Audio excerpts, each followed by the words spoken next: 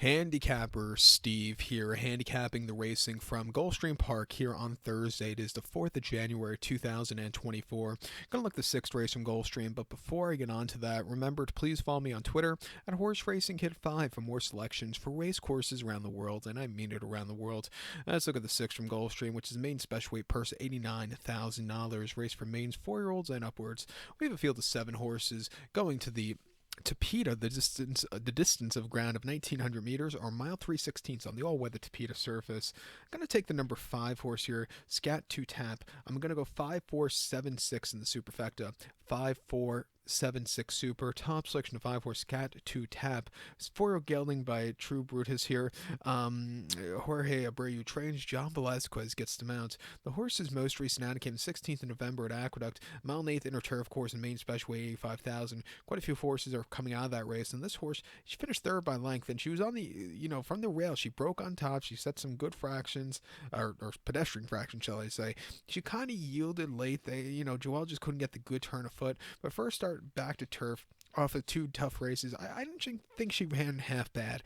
Coming to a mile 3/16 where they could really close it up, slow it down on the front end, getting Johnny V up.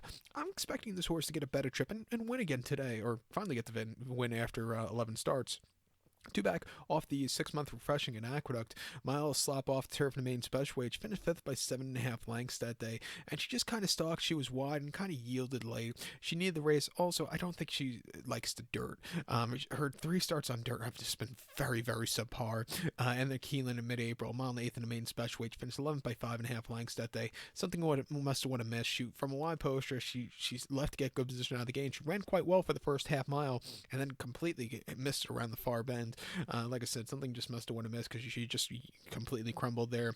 And then mid-February, a turf win, the Tapeta, 1 mile in the main special weight. She finished 5th by 4.25 lengths that day.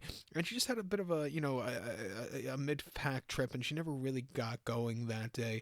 But, if you look at some of her buyers, she definitely has run fast enough to beat these horses. Could be forwardly paced. Training Wilson's coming down to South Florida. I'll give her a shot on the ticket. I think your second likeliest winner is the 4-horse Champagne Wand for Christophe Clement and Irad Ortiz. Most recently on that 16th November race at Aqueduct, a mile 8th in that main special weight, he finished second by a half length and closed up from nowhere. Was stupidly wide, but for a turf debut, I thought that was a great event that day.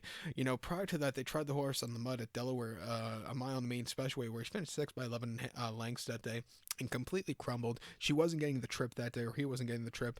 And then in February last year at Tampa, mile 40 in the main special weight, he finished second by 3 lengths that day.